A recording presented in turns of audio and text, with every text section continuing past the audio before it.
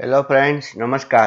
Class 11 chapter 5 laws of motion के एक और सेशन में आप सबका स्वागत है। आज हम पढ़ने वाले हैं pseudo force and free body diagram. ठीक है, ये दोनों टॉपिक आपके लिए एकदम नए हैं। मतलब कि कभी आपने इसको आज के पहले 11th में आए हो, ठीक है, आपने 10th में 9th में कभी भी इन दोनों टॉपिक को कभी नहीं सुना है। एक तो सूडो फोर्स और दूसरा फ्री बॉडी डायग्राम कभी नहीं सुना है। फ्री बॉडी डायग्राम को तो बाद में हम शॉर्ट फॉर्म में एक बार जब हम इसके फेमिलियर हो जाए तो FBD बोलने लगेंगे। सूडो फोर्स और फ्री बॉडी डायग्राम, ठीक है, बहुत इंपॉर्टेंट टॉपिक है। ठीक है, तो अच्छी तरीके से सुनिए। सूडो, आपने वो क्या बायोलॉजी में अमीबा में वो सुना था, सूडोपोडिया। सूडोपोडिया, जिसमें वो अमीबा ऐसा होता है, उसको कुछ खाना होता है तो थोड़ी देर के लिए वो ऐसा कुछ डेवलप कर लेता है और फिर खा जाता है, और खा जाने के बाद वो फिर से गायब हो जाता है। तो ये जो होते हैं ना, ये दोनों क्या होते हैं, सूडोपोडिया। ऐसा मैंने सुना था कहीं। ठीक है, अगर ऐसा नहीं है तो माफ कीजिएगा। आगे ये सूडोपोडिया क्या थे, मतलब कि थोड़ी देर के लिए होते थे, बाद में नहीं होते थे। ठीक है, ठीक उसी तरह ये सूडोफोर्स भी ऐसा ही है। ठीक है, अच्छा चलो, सूडोफोर्स दिखता नहीं लेकिन लगता है। मतलब क्या ये हॉरर है? आप बस में बैठे हुए हो, ठीक है, शांति से, बस अभी थोड़ी देर के बाद चलने वाली है, आप बैठे हो, बस भी खड़ी है, ठीक है, और फटाक से बस शुरू हुई अचानक से, तो आपको पीछे की ओर धक्का लगेगा। समझ में आया? आपको थोड़ा सा फीलिंग आ रहा है क्या? आपको पीछे की ओर थोड़ा सा फोर्स लगेगा। तो दैट इज नथिंग बट, अच्छा देखो मैं क्या बोल रहा हूँ, आप इस सीट पर आराम से बैठे हुए हो, ठीक है, और जैसे ही बस चल पड़ी, आपको पीछे की ओर थोड़ा सा फोर्स लगा। Okay, that is nothing but pseudo force. ठीक है, बस यही था, यही क्या है, सूडो फोर्स। ठीक है, सूडो फोर्स ऐसा नाम इसको क्यों दिया गया है? क्योंकि आपको पीछे धक्का लगा, लेकिन आपने देखा मुझे धक्का किसने मारा, किसने ये फोर्स लगाया, तो आपको लगेगा नहीं यहाँ पर तो कोई है नहीं, फिर भी लगा, तो इसीलिए इसका नाम क्या बोला जाता है, सूडो फोर्स। ठीक है, समझ में आया? अच्छा, अगर आपने वो फास्ट एंड फ्यूरियस वाली या ऐसी कुछ मूवी देखी है, तो उसमें आपने देखा होगा कि जैसे ही वो नाइट्रो छोड़ते हैं ना, मतलब कि नाइट्रो जैसे रिलीज करते हैं, ठीक है, जैसे ही नाइट्रो रिलीज करते हैं, डायरेक्टली वो अपनी सीट पे चिपक जाते हैं ऐसे। ठीक है, ऐसा क्यों होता है, डायरेक्टली अपनी सीट पे चिपक जाएंगे? Very simple, because of this force. Which force? Pseudo force. ठीक है, वैसे अगर मैं आपको ऐसा बोलूं कि आपकी बस जा रही है और सडनली ब्रेक लगाई ड्राइवर ने, तो आप कहाँ जाओगे? आप थे यहाँ पर, ठीक है, और मतलब कि कुछ पकड़े हुए हैं, ठीक है, ऐसे, और जैसे ही बस ने ब्रेक लगाई, आप बस में हो, ठीक है, सडनली बस स्टॉप, तो आप किधर जाओगे? आगे। आप बोलोगे मुझे किसने धक्का मारा पीछे से, और पीछे तो कोई नहीं है, फिर भी आप आगे गए, तो इसका मतलब क्या है कि पीछे जो जो फोर्स आया वो कौन सा फोर्स था? Pseudo force. समझ में आया कि नहीं? कहने का मतलब ये है कि अच्छा, बस जब चल पड़ी उस टाइम पर आपको ये फोर्स लगा, बस जब रुकी उस टाइम पर आपको ये फोर्स लगा। सोचो, बीच बीच में जब बस चल रही थी उस टाइम पर उसकी वेलोसिटी कांस्टेंट थी, कैसी थी? कांस्टेंट। तो जब वेलोसिटी कांस्टेंट थी तब आपको ये फोर्स फील नहीं होगा। हाँ, एक बात और है कि अगर ये सीधा रास्ता है और ठीक है, थोड़ी देर में मतलब कि यहाँ चल पड़ी और यहाँ फिर से थोड़ा सा रफ रोड आ गया, तो ड्राइवर ने थोड़ी ब्रेक लगाने की ट्राई की, स्टॉप नहीं की, लेकिन ब्रेक लगाने की ट्राई की, तो आपको थोड़ा सा इधर वाला फील होगा। और उसके बाद ऐसा सोचो कि यहाँ फिर से स्मूथ रोड आ गया है, तो यहाँ से ड्राइवर ने फिर से एक्सेलरेट करने की ट्राई की, तो आपको ऐसा फीलिंग आया, थोड़ा थोड़ा फीलिंग आया। ठीक है, अब जितना ज्यादा ब्रेक लगाएगी उतना ज्यादा फीलिंग आएगा, जितना ज्यादा एक्सेलरेट करेगी उतना ज्यादा फीलिंग आएगा। वो मैंने नहीं बोला वो नाइट्रो वाला। ठीक है, अगर आप बस शुरू होती है, धीरे से शुरू होती है, तो थोड़ा सा झटका लगता है पीछे की ओर, लेकिन वो नाइट्रो अचानक दे दिया तो इसका मतलब हो सकता है कि आपके बॉडी में भी थोड़ा सा प्रॉब्लम हो जाए। समझ में आ रहा है ना? ये सब होता है इनर्शिया की वजह से बच्चों, जो हमने पहले से एक बार डिस्कस कर लिया है। तो अच्छा, जब रोड टर्न ले रहा था, रोड तो ऐसे सर्कुलर, बस जब टर्न ले रही थी उस टाइम पर क्या आपको कुछ फील हुआ? अच्छा सोचो कि वो ऐसी सर्कुलर मोशन कर रही है, तो आपको फील होगा बच्चों, कौन सी डायरेक्शन में फील होगा? इस डायरेक्शन में फील होगा। और अगर बहुत तेजी से अगर ले ली ना, तो इसका मतलब आप तो मतलब कि उधर आपको थ्रो ही हो जाओगे। अच्छा फिर ऐसा सोचो कि रोड ऐसे आया, सूरत के पास सापुतारा है, सापुतारा में ऐसे ऐसे रोड है, ऐसे, ठीक है। तो जब यहाँ पर टर्न लिया तो आपको किधर फोर्स लगेगा? इधर। जब यहाँ पर टर्न लिया तो आपको किधर फोर्स लगेगा? इधर।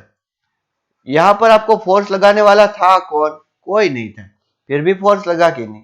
तो इसका मतलब क्या है कि ये जो सारे फोर्स अभी हमने डिस्कस किए कि ब्रेक लगाने वक्त होते हैं, एक्सेलरेट करने के वक्त होते हैं, या ऐसे घूमने के वक्त होते हैं, इस सारे फोर्स का नाम है सूडो फोर्स, जो सिर्फ हमें फील होते हैं, एक्चुअली में उसको लगाने वाला कोई होता नहीं। और वो फील क्यों होते हैं? वो इनर्शिया की वजह से फील होते हैं, ठीक है। तो बीच में क्यों फील नहीं हुआ? ठीक है, बीच में क्यों नहीं फील हुआ? तो याद रखो, ये फोर्स तब भी फील होते हैं जब बॉडी एक्सेलरेट करती है या डिसेलरेट करती है, ठीक है। शुरू में बस चल पड़ी मतलब कि जीरो से उसकी वेलोसिटी बढ़ी, तो इसका मतलब एक्सेलरेशन आया। फिर बस ने ब्रेक लगाए, सडनली जीरो पर हो गई, तो मतलब कि डिसेलरेशन आया। समझ में आ रहा है? अच्छा फिर यहाँ देखिए, इस बस का ये इधर जा रही थी और सडनली ब्रेक लगाई, तो डिसेलरेशन आया। समझ में आया कि नहीं? डिसेलरेशन मतलब इस डायरेक्शन में, यहाँ पर सडनली उसने एक्सेलरेट किया, तो एक्सेलरेशन आया। समझ में आया? यहाँ पर ऐसे हुआ तो आपको सेंट्रीपिटल फोर्स इधर लगा, सेंट्रीपिटल एक्सेलरेशन इधर आया, v² अपॉन r। समझ में आया कि नहीं? हमने वो सर्कुलर मोशन में पढ़ा है इस तरह। तो इसका मतलब यह हुआ कि हम कंक्लूजन ऐसा निकाल सकते हैं क्या कि pseudo force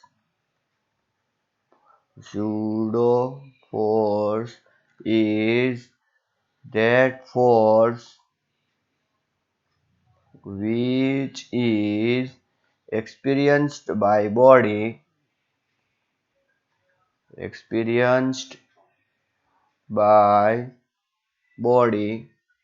during accelerated motion,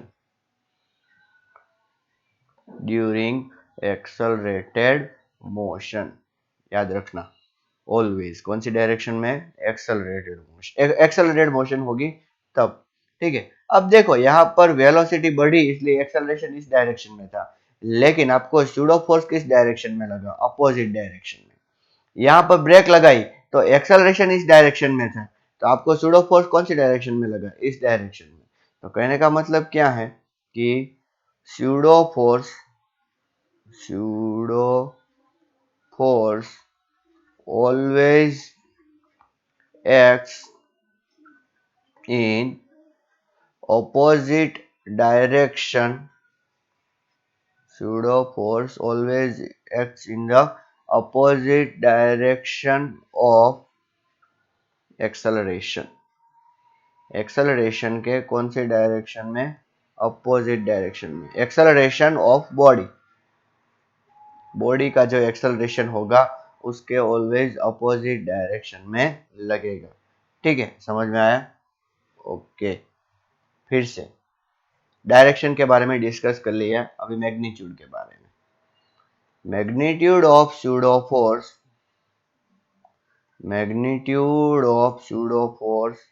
F is equals to M A. F is equal to कितना होगा? M A. यहाँ पर m क्या है? m is mass of body. What is the m? m is mass of body. और a क्या है? a is acceleration of body.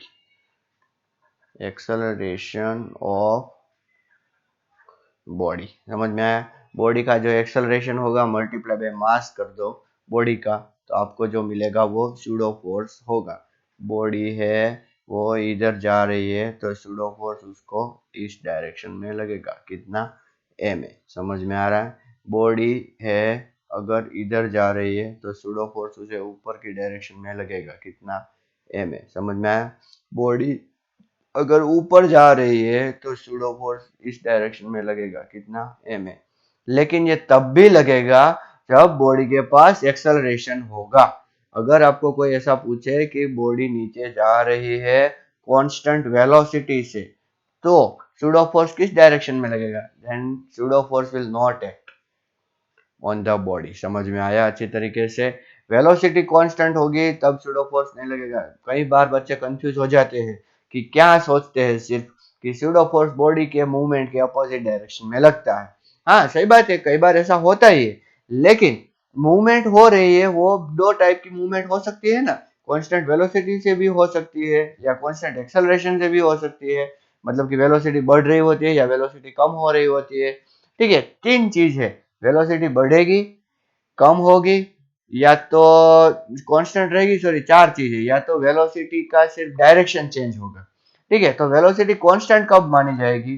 जब बॉडी स्ट्रेट लाइन में चल रही हो और उसकी स्पीड कांस्टेंट हो। समझ में आ रहा है कि नहीं? जब बॉडी टर्न ले रही हो तो उसके टाइम पर क्या होगा, अगर भी यूनिफॉर्म सर्कुलर मोशन है फिर भी उसकी वेलोसिटी जो है वो ऐसी टर्न ले रही है ना, चेंज हो रही है, इसका मतलब इसके पास एक्सेलरेशन है। और हमने देखा था वो एक्सेलरेशन इस डायरेक्शन में होता है, तो इसका मतलब सूडो फोर्स इस डायरेक्शन में लगेगा। समझ में आया? ओके, तो ये था सूडो फोर्स। ठीक है, जो एक्सेलरेशन के अपोजिट डायरेक्शन में लगता है और उसका मैग्नीट्यूड कितना होता है? m into A, mass of the body into acceleration of the body. ठीक है, उस टाइम पर बॉडी का एक्सेलरेशन कितना था। समझ में आया आपको अच्छी तरीके से? ओके, अभी ये नॉलेज अपने दिमाग में रखिए। ओके, अब हम स्टडी करते हैं free body diagram. Free body diagram, क्या मैं बोल रहा हूँ? फ्री बॉडी डायग्राम, जिसको मैं क्या बोलने वाला था कि हम FBD भी बोलेंगे। तो फ्री बॉडी डायग्राम किसे बोलते हैं? Diagram which represents free body. Diagram which represents free body. Free body, okay, is called free body diagram। क्या बात है सर, आपने क्या डेफिनेशन बनाई है! ठीक है, अच्छा, बहुत बेकार डेफिनेशन बनाई है, पता है मुझे। ठीक है, diagram which represents free body is called free body diagram. अच्छा, फ्री बॉडी का मतलब क्या होता है? when we represent all the forces, okay, मैं बोल रहा हूँ नॉन फोर्सेस, मतलब कि कई फोर्स ऐसे होते हैं जो हमें पता भी नहीं, अभी तक नहीं पता है। ठीक है, लेकिन जो हमारे सिलेबस में है, जो अब तक हमने डिस्कस किए हैं, कल जो हमने डिस्कस किए थे, जो सम कॉमन फोर्सेस, वो सब की बात कर रहा हूँ। when we represent all the forces acting on body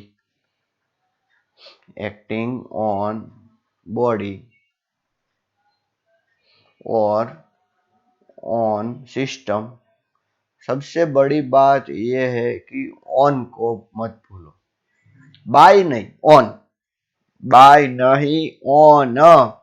ठीक है, when we represent all the forces acting on a body और on system, then that representation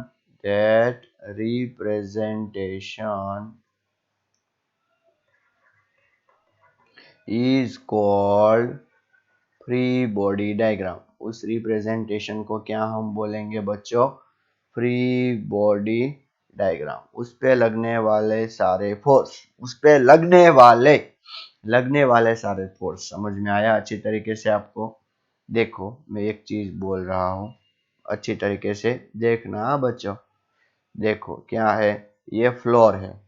ठीक है, ये फ्लोर है और उसके ऊपर एक बंदा ऐसे कुछ चीज लेके खड़ा है, ऐसे। ठीक है, ये क्या है, फ्लोर है, ठीक है। और ये कौन है, ये है पर्सन, और ये कौन है, लोड, ठीक है। ये एग्जांपल समझाऊंगा, फिर एक और एग्जांपल भी आपको एक्सप्लेन करने की ट्राई करूंगा, ठीक है। अभी देखिए अच्छी तरीके से, ये फ्लोर है, पर्सन है और लोड है। लोड पर्सन पे इस डायरेक्शन में फोर्स लगा रहा होगा, समझ में आ रहा है अच्छी तरीके से। फिर लोड पर इस डायरेक्शन में फोर्स लग रहा होगा, कौन लगा रहा होगा, पर्सन, ठीक है, समझ में आया अच्छी तरीके से। फिर लोड पे अर्थ भी फोर्स लगा रही होगी इस डायरेक्शन में, mg। अच्छा, लोड पे अर्थ फोर्स लगा रही होगी, सॉरी, तो फिर ये जो मैंने गलत कर दिया, ये लोड है तो लोड पे अर्थ भी फोर्स लगा रही होगी, ठीक है, ओके। और ये पर्सन फोर्स लगा रहा है, ऐसा सोचो, ठीक है। फिर दूसरी बात, अगर हम पर्सन की बात करें तो पर्सन पे ये लोड फोर्स लगा रहा है, ठीक है। ये जितना नॉर्मल फोर्स लगाएगा उतना ही फोर्स एक्शन रिएक्शन आएगा, ओके, समझ में आया आपको अच्छी तरीके से। दूसरी बात, ये पर्सन पे ये अर्थ नॉर्मल रिएक्शन वाला, अर्थ नहीं फ्लोर, कौन, फ्लोर, नॉर्मल रिएक्शन वाला ऊपर फोर्स लगाएगा। फिर अर्थ, अर्थ कौन से डायरेक्शन में, डाउनवर्ड डायरेक्शन में, जिसको हम कॉमनली वेट बोलते हैं, वो अर्थ फोर्स लगाएगी। फिर इस फ्लोर की बात करें तो उस पे ये पर्सन फोर्स लगाएगा, कितना, जितना नॉर्मल रिएक्शन फ्लोर ने पर्सन पे लगाया है उतना ही पर्सन फ्लोर पे लगाएगा, ठीक है। तो इसका मतलब ये है कि बहुत सारे ऐसे फोर्स है, ठीक है, जो सब एक दूसरे पे लगा रहे हैं, लेकिन हमें सिर्फ वही फोर्स कंसीडर करने हैं जो बॉडी पे लग रहे हो। बॉडी पे लग रहे हो कब का मैं बोल रहा हूँ, तो इसका मतलब क्या है, देखो मैं अगर ऐसा ड्रॉ करूं कि F B D of person, F B D of person, F B D of person का मतलब क्या हुआ, free body diagram of person, कि यहाँ पर मैं उस पर्सन को एक पॉइंट से रिप्रेजेंट करूंगा, ठीक है। अब फिर अब मैंने उसको एक पॉइंट से रिप्रेजेंट किया, तो अब मैं उस पे जितने फोर्स लगने वाले हैं उसको ही मैं रिप्रेजेंट करूंगा। तो सबसे पहले अगर लोड की बात करें तो लोड उस पे डाउनवर्ड डायरेक्शन में फोर्स लगा रहा है, वो कितना लगा रहा है, इतना, नॉर्मल रिएक्शन, ठीक है, समझ में आया, normal reaction by load downward direction में लगा रहा है, ठीक है। फिर दूसरा कोई फोर्स उस पर नहीं लग रहा है लोड के हिसाब से। अच्छा, अर्थ ग्रेविटेशनल फोर्स नीचे की ओर लगा रहे हैं, ठीक है। तो मैं एक और फोर्स यहाँ पर ड्रॉ करूंगा, ग्रेविटेशनल फोर्स, जो कि कितना है, mg। फिर ये जो फ्लोर है, फिर अर्थ जो, ठीक है, अब ये फ्लोर उस पे नॉर्मल रिएक्शन लगा रहा है, तो मैं उसको क्या कर दूंगा, ऊपर की ओर ऐसे मैं रिप्रेजेंट कर दूंगा, ये फ्लोर की वजह से हुआ। तो ये तीन फोर्स इस पे लगे, तो सारे फोर्स अगर हमने रिप्रेजेंट कर दिए तो हम क्या बोल सकते हैं, N F is equals to N L plus M G, ठीक है। मतलब क्या, कि इन सब फोर्स के हिसाब से ये बॉडी फ्री हो गई है, टोटल फोर्स इस पे 0 लग रहा है, ऐसा हम कंसीडर कर सकते हैं। अभी देखिए, आप बोलोगे सर ये एन एफ और एन एल और ये सब कैसे कैलकुलेट करें, तो बच्चों जैसे हमने free body diagram of person draw की, वैसे ही आप free body diagram of earth, earth या तो मैं लोड, लोड की भी आप फ्री बॉडी डायग्राम ड्रॉ कर सकते हो। अभी देखो, मैं लोड की अगर फ्री बॉडी डायग्राम ड्रॉ करूं तो लोड को मैं एक पॉइंट से रिप्रेजेंट करूंगा। अभी लोड पे कौन कौन फोर्स लगा रहा है, तो लोड पे तो एक पर्सन फोर्स लगा रहा है, नॉर्मल रिएक्शन, कौन सी डायरेक्शन में, अपर डायरेक्शन में, तो मैं ये बोलूंगा ये है नॉर्मल रिएक्शन बाय पर्सन। अभी देखिए, ये जो नॉर्मल रिएक्शन बाय लोड थी, ठीक है, उसका जितना मैग्नीट्यूड था उतना ही इसका मैग्नीट्यूड होगा, ठीक है। मैं क्या बोल रहा हूँ, normal reaction by load is equals to normal reaction by person. ये कैसे पता चला, ये पता चला हमें according to Newton's third law, ठीक है। फिर इस लोड पर पर्सन ने फोर्स लगा दिया, कौन सी डायरेक्शन में, अपर डायरेक्शन में, ये नॉर्मल रिएक्शन की मैंने बात की। फिर ये जो लोड है उस पे ये अर्थ भी फोर्स लगाएगी, ये फ्लोर नहीं लगाएगा। क्यों? क्योंकि फ्लोर उसके साथ कांटेक्ट में नहीं है, अर्थ लगाएगी। अर्थ कौन सी डायरेक्शन में लगाएगी? डाउनवर्ड डायरेक्शन में लगाएगी। ठीक है, तो डाउनवर्ड डायरेक्शन में अगर लगाएगी तो वो कितना फोर्स लगाएगी? वो mg जितना लगाएगी। यहाँ पर m क्या है? m है मास ऑफ द लोड, और यहाँ पर m क्या है? यहाँ पर m है मास ऑफ द पर्सन। तो इस जो अभी अब देखो इस पे दो फोर्स ही लग रहे हैं और फोर्स नहीं लग रहे हैं, तो इसका मतलब हम इससे क्या इक्वेशन बना सकते हैं?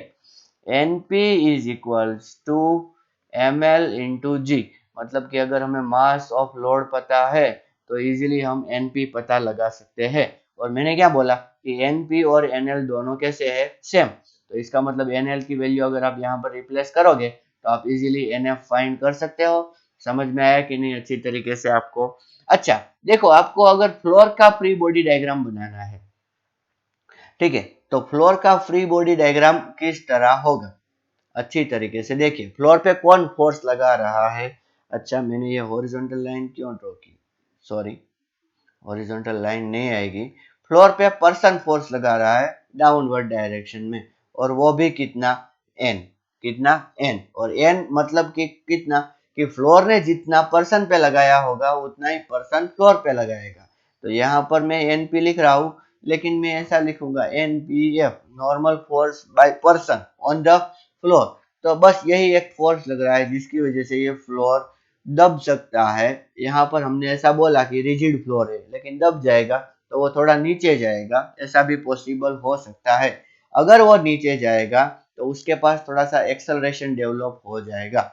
ठीक है, एक्सेलरेशन कौन सी डायरेक्शन में डेवलप हुआ? नीचे। लेकिन हमें क्या करना है? जब ये एक्सेलरेशन डेवलप होगा ना, अगर डेवलप होगा तो, ठीक है, तो हमें सूडो फोर्स लिखना होगा जो कि उसके अपोजिट में लगता है, एम ए। समझ में आया कि नहीं? अगर ऐसा होता है तो। ठीक है, समझ में आया आपको कुछ? ओके, चलिए फिर एक और एग्जांपल हम देखते हैं कि जिसमें आपको पता चले कि देखिए क्या होता है। ये पर्सन है, ठीक है, ये नीचे गिर रहा है।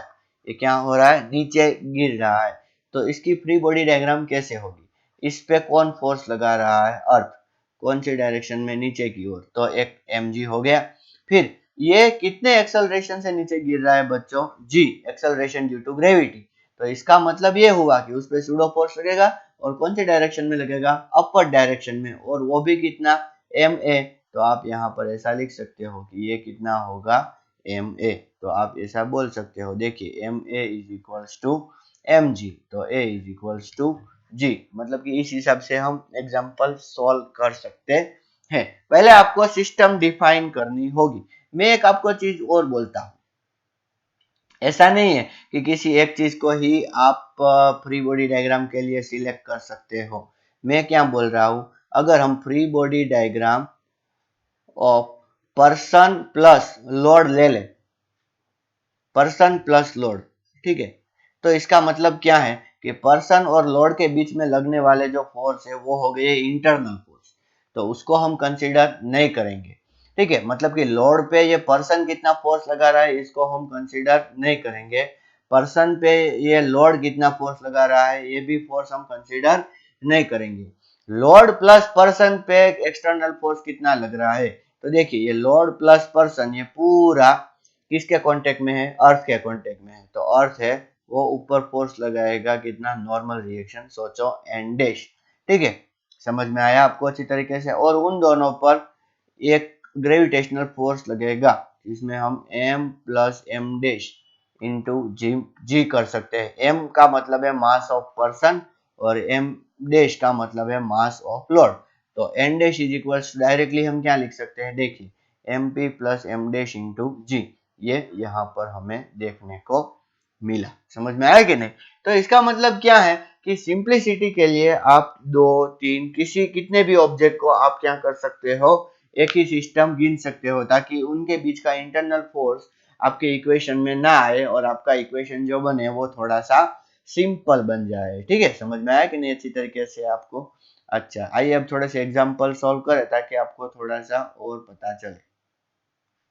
देखो, a man of mass 70 kilograms stands on the weighing scale in a lift which is moving a upward with uniform speed of 10 meter per second, downward with uniform acceleration of 5 meter per second square, upward with uniform acceleration of 5 meter per second square. What would be the reading on the scale in each case? अच्छा, ठीक है, scale की reading क्या होगी हर एक case में वो हमें देखना है। बच्चों, स्केल की रीडिंग क्या होगी कहने का मतलब क्या है कि हमें यही देखना है कि स्केल है वो कितना नॉर्मल रिएक्शन अप्लाई करेगी। जब भी आपको ऐसे एग्जांपल आए ना, तो आप हमेशा ऐसा देखना कि स्केल कितना नॉर्मल रिएक्शन अप्लाई करेगी। ठीक है, सबसे पहले तो आप देखिए यहाँ पर ये वाला केस जो मैं बोल रहा हूँ यहाँ पर, तो देखिए फिजिकल सिचुएशन क्या है कि ये बंदा ऐसे खड़ा है किस पे, स्केल पे या तो वेइंग मशीन। ठीक है, तो सबसे पहले तो मैं ये बोल देता हूँ, reading shown by weighing machine, reading shown by weighing machine, weighing machine is equals to normal reaction exerted by weighing machine, exerted by weighing machine। याद रखना, जब भी आपको ऐसा कोई एग्जांपल आए तो ये चीज भूलना मत। अब ये पूरा जो सेटअप है वो किस में है, लिफ्ट में है। किस में है, लिफ्ट में। पहला केस देखो, ए, अच्छी तरीके से देखो पहला केस। हाँ, क्या है, A man of mass 70 kg stands on the weighing scale in a lift when moving upward with uniform speed। देखिए अच्छी तरीके से, यूनिफॉर्म स्पीड, एक्सेलरेशन नहीं है। तो यहाँ पर अगर मैं उसकी फ्री बॉडी डायग्राम बना रहा हूँ तो कितने फोर्स लग रहे होंगे उस पर्सन पे, किस पे, पर्सन पे, free body diagram of person. Okay, तो पर्सन पे कौन कौन फोर्स लगा रहा है, सबसे पहले तो उस पे वेट लग रहा होगा, अर्थ लगा रही होगी, कौन सा फोर्स, mg। ठीक है, फिर वो जो है वो वेइंग मशीन पे खड़ा है तो वेइंग मशीन का नॉर्मल रिएक्शन ऊपर आएगा। ठीक है, और कोई फोर्स लग रहा है नहीं, therefore what we can say n is equals to mg। अभी m कितना है, 70 किलोग्राम इंटू जी, तो ये हो गया 700 न्यूटन। नॉर्मल रिएक्शन का सिंबल भी n है और यहाँ पर फोर्स का यूनिट भी न्यूटन ही है। ठीक है, लेकिन जो है वो वेइंग मशीन 700 न्यूटन इतना नहीं बताएगा बच्चों, वो क्या बताएगा, देयरफॉर रीडिंग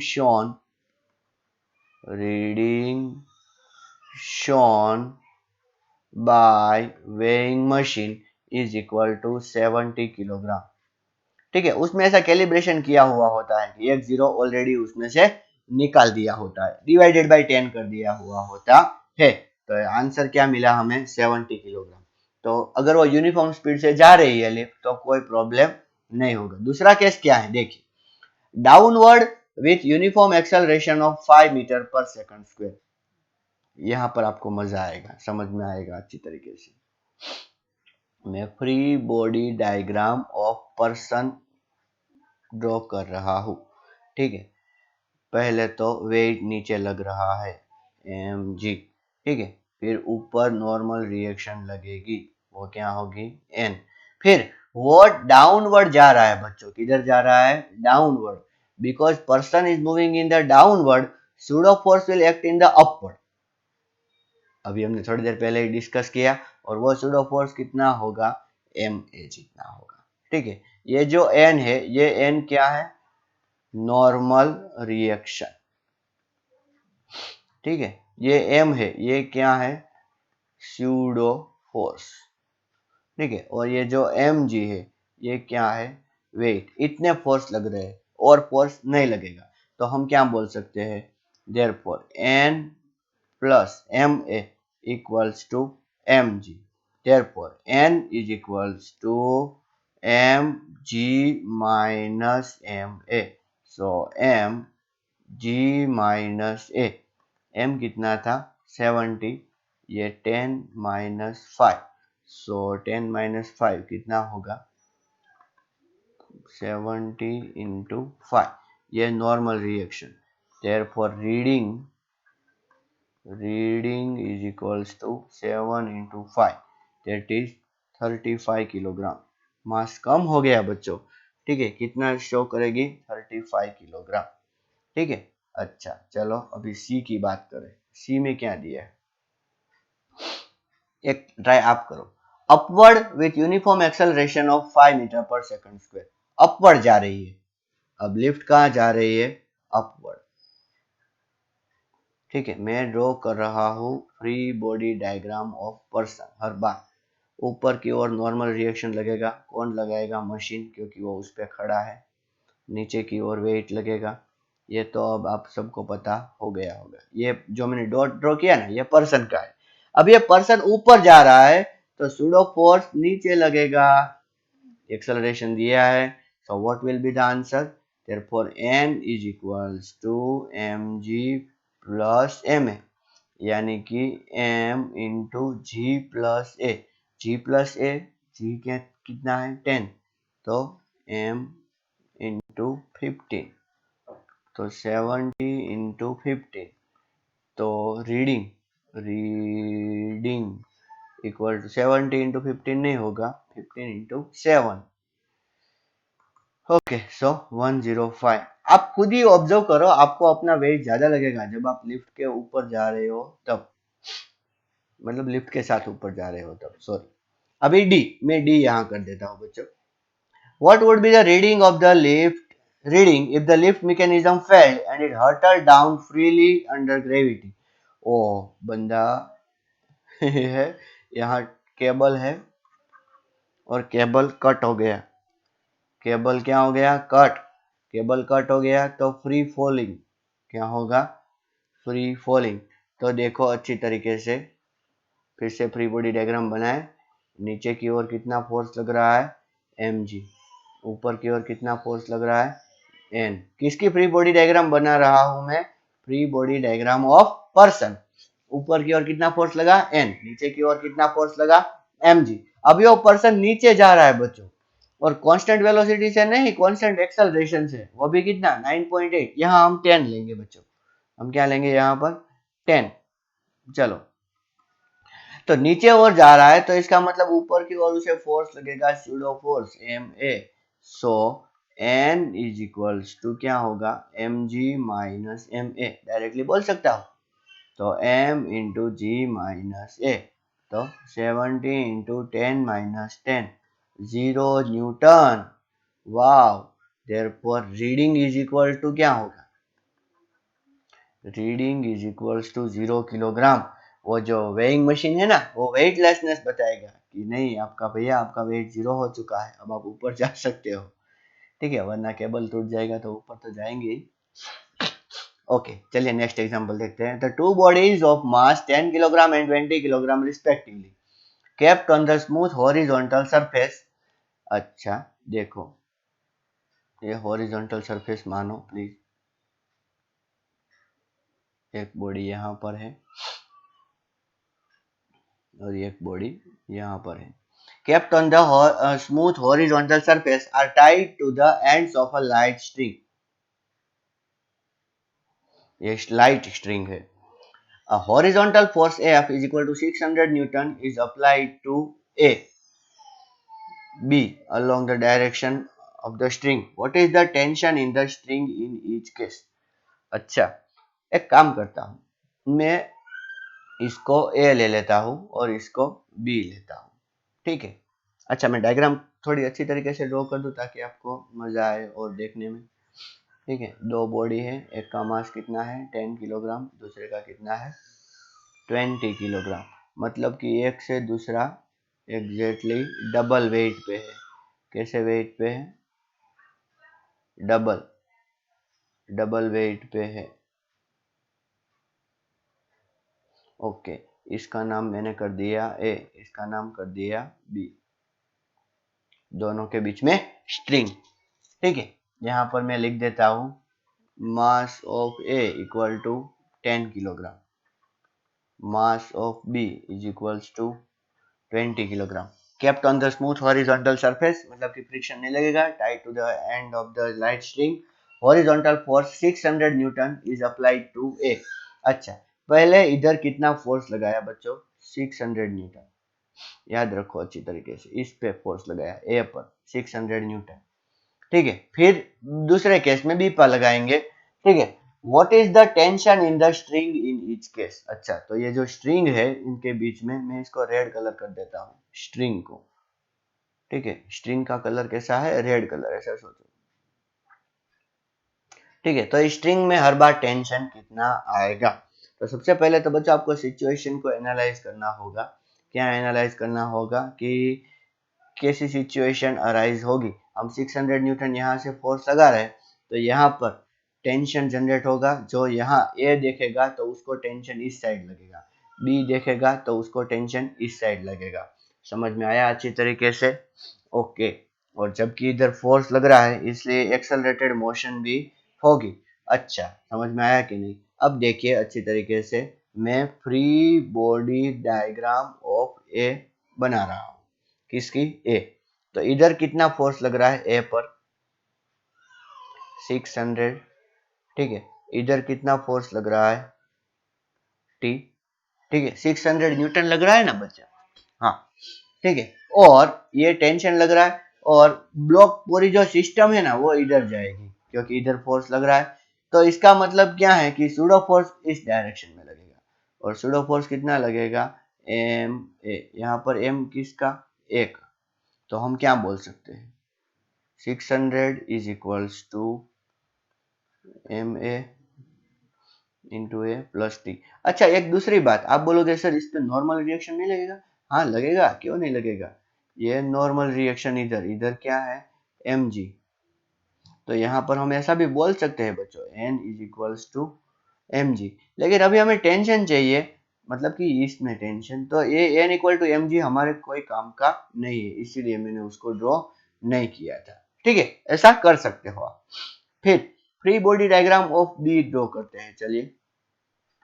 अच्छा, बी को क्यों ड्रॉ किया, क्योंकि यहाँ पर हमें देखिए मास ऑफ ए तो पता है, लेकिन एक्सेलरेशन और टेंशन ये दोनों नहीं पता है, इसीलिए। ठीक है, तो फ्री बॉडी डायग्राम बी अगर मैं ड्रॉ करता हूँ तो यहाँ पर देखिए, उस पे फोर्स नीचे लगेगा mg, यहाँ पर मास ऑफ ए आएगा, यहाँ पर मास ऑफ बी। ठीक है, ऊपर की ओर लगेगा नॉर्मल रिएक्शन। ठीक है, इधर की ओर लगेगा टेंशन, आप बी को देख रहे हो ना, इधर टेंशन लगेगा, और इधर की ओर लगेगा सूडो फोर्स, यहाँ पर मास ऑफ बी लेना पड़ेगा। तो यहाँ पर हम क्या बोल सकते हैं, देखिए, tension is equals to m b into a. ठीक है, और दूसरा N is equals to m b into g. यहाँ पर नॉर्मल रिएक्शन ऑन ए ऐसा बोल सकते हो, यहाँ पर नॉर्मल रिएक्शन ऑन बी। ठीक है, तो हमारे पास दो इक्वेशन है बच्चों, this is equation number 1 and this is equation number 2। तो T is equal to m b a मिला, लाइट स्ट्रिंग है इसलिए टेंशन तो सेम होगा, तो आप क्या लिख सकते हो, therefore 600 is equals to M a into a plus m b into a. तो इसका मतलब क्या हुआ, m A plus m b into a is equals to 600। तो हमें क्या मिला, अच्छी तरीके से देखिए, अभी एम ए प्लस एम बी हमारे पास है, mass of A, mass of A was 10 and mass of b is the 20, so total is the 30 into a, so 0 0 get cancelled, and acceleration equal to 60 upon 3, so that is a 20 meter per second square. So we got that acceleration will be 20 meter per second square.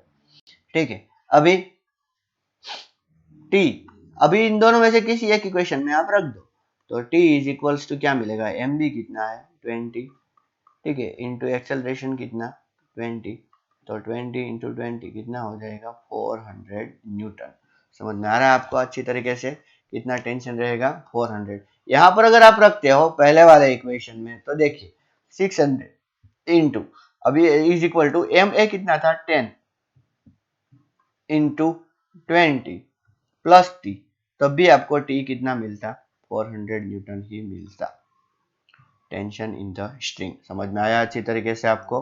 ठीक है, तो मतलब कि अगर आप free body diagram अच्छी तरीके से सीख चुके हो तो आप ऐसे एग्जांपल सॉल्व कर सकते हो। ठीक है, दूसरा केस क्या है कि किधर लगाया फोर्स बी पर, तो बच्चों मैं आपको उसकी हिंट ही दे दूंगा, बाद में सॉल्व तो आपको ही करना है। ठीक है, कैसे देखिए अच्छी तरीके से, ऐसे इस डायरेक्शन में फोर्स लगाया हमने कितना 600 न्यूटन, ये है बी और ये है ए, इधर टेंशन है टी और इधर टेंशन है टी। इसकी फ्री बॉडी डायग्राम बनाओ, इसकी फ्री बॉडी डायग्राम बनाओ। तो पहले की जब बी की बनाओगे फ्री बॉडी डायग्राम तो इधर आपको 600 लगेगा, ठीक है, इधर आपको टी लगेगा और एम बी इंटू ए इधर आएगा। लेकिन यहाँ पर आप ए की अगर बनाओगे तो ए बी में कितना आएगा m a mass of a into a और टेंशन वो इधर आएगा। समझ में आया कि नहीं अच्छी तरीके से आपको। तो इससे एक इक्वेशन बन सकता है और इससे एक इक्वेशन बन सकता है। ठीक है, एक बहुत और चीज मैं बोलूं, अगर आपको डायरेक्ट एक्सेलरेशन चाहिए तो ए प्लस बी दोनों को एक सिस्टम ले लो ना। दोनों को अगर हम एक सिस्टम ले लेंगे तो ये टेंशन वाला जो बात है वो खत्म हो जाएगा और डायरेक्टली इधर कितना फोर्स लग रहा है 600 न्यूटन, ठीक है, और इधर कितना एक्सेलरेशन, तो जिसकी फ्री बॉडी डायग्राम बना रहे हो उनका मास, मतलब हम दोनों की बना रहे हैं तो दोनों का मास ऐड करके acceleration, so directly you can calculate acceleration also like this। समझ में आ रहा है आपको? ओके, तो इस तरह आप ऐसे एग्जांपल सॉल्व कर सकते हो। ठीक है, एक और एग्जांपल देखो। Two mass 8 kg and 12 kg are connected at the ends of the two light inextensible string. Okay, and that goes over a frictionless pulley. Okay, देखो अच्छी तरीके से, ये पुली है, एक साइड एक मास रखा और एक साइड दूसरा मास रखा। मैं इसको बोल देता हूँ m2 और इसको बोल देता हूँ m1, m2 वाला ज्यादा बड़ा। Find the acceleration of masses and tension in the string when masses are release. ठीक है, ऐसे बहुत फेमस एग्जांपल है। अभी देखो जब आप रिलीज करेंगे तब ये m2 नीचे की ओर जाएगा, सही बात है कि नहीं, और m1 ऊपर की ओर। यहाँ पर हम ऐसा कंसीडर कर रहे हैं m2 ग्रेटर देन m1। ठीक है, टेंशन जब m2 दिखेगा तब टेंशन उसको इस डायरेक्शन में लगेगा, पुली से जब देखेंगे तब टेंशन इधर, ठीक है, टेंशन इधर लगेगा, और m1 से जब देखेंगे तब टेंशन ऊपर, और पुली स्टेडी है इसलिए इधर ऊपर टेंशन 2t हो जाएगा, टी बैलेंस कर देंगे, दो टी इधर लग रहे हैं तो दोनों टी को बैलेंस करने के लिए इधर 2t होगा। ठीक है, फिर m2 को ग्रेविटेशनल फोर्स इधर कितना m2g, m1 को ग्रेविटेशनल फोर्स इधर कितना m1g। समझ में आया? अब ये नीचे की ओर जा रहा है इसलिए सूडो फोर्स ऊपर कितना m2a, और ये ऊपर की ओर जा रहा है इसलिए नीचे सूडो फोर्स कितना m1a। तो यहाँ पर दोनों के लिए अगर हम इक्वेशन लिखे तो पहले के लिए t इज इक्वल्स टू हमें क्या मिलता है m1a plus m1g, m1a plus m1g। ठीक है, ये पहले के लिए मिला, इसका इक्वेशन नंबर 1 नाम दे देते हैं। ठीक है, और दूसरे में देखिए t is equals to m2g minus m2a, directly मैं ऐसा लिख सकता हूँ क्या? देखो ना अच्छी तरीके से, इन दोनों को अगर प्लस करेंगे t plus m2a equal to m2g, तो ऐसा मिला। समझ में आया कि नहीं? दोनों t है तो दोनों को इक्वेट करेंगे, क्या इक्वेट करेंगे देखिए m1a plus m1g is equals to m2g minus m2a। ठीक है, अभी जी वाली टर्म एक साइड लेके जाओ तो हमें मिलेगा m1 plus m2 into a is equals to m2 minus m1 into g।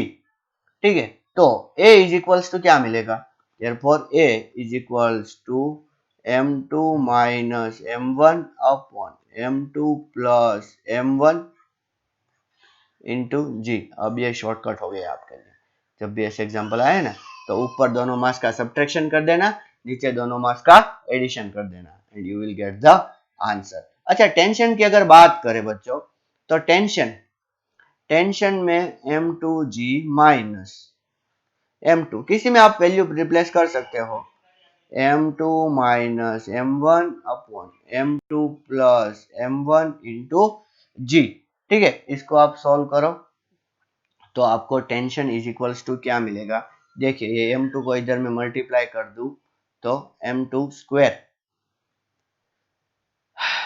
समझ में आ रहा है ना, क्या होगा M2 स्क्वायर, फिर M1 को मल्टीप्लाई करूंगा तो इधर पे G आएगा, फिर M1 को मल्टीप्लाई करूंगा तो M2 M1G। ठीक है, माइनस इधर M2 को अंदर मल्टीप्लाई करो तो M2 स्क्वायर G, ठीक, प्लस M2 M1G। ठीक है, इतना मैथमेटिक्स तो आपको आना चाहिए, M1 प्लस M2। ठीक है, अगर इसको सॉल्व करते हैं तो देखिए M2 स्क्वायर कैंसिल हो जाएगा। ठीक है, और M1 M2G प्लस हो जाएगा, तो आंसर क्या मिलेगा, 2M1 M2 divided by M1 plus M2 into G। ठीक है, तो इस तरह के एग्जाम्पल आप अगर ऐसे करोगे तो इजीली ऐसे एग्जाम्पल आप कर सकते हो। ठीक है, तो आज का लेक्चर हम यहाँ तक रखते हैं, जिसमें हमने सूडो फोर्स और फ्री बॉडी डायग्राम कैसे डील करते हैं वो अच्छी तरीके से हमने समझ लिया। ठीक है, थैंक यू एंड नमस्कार।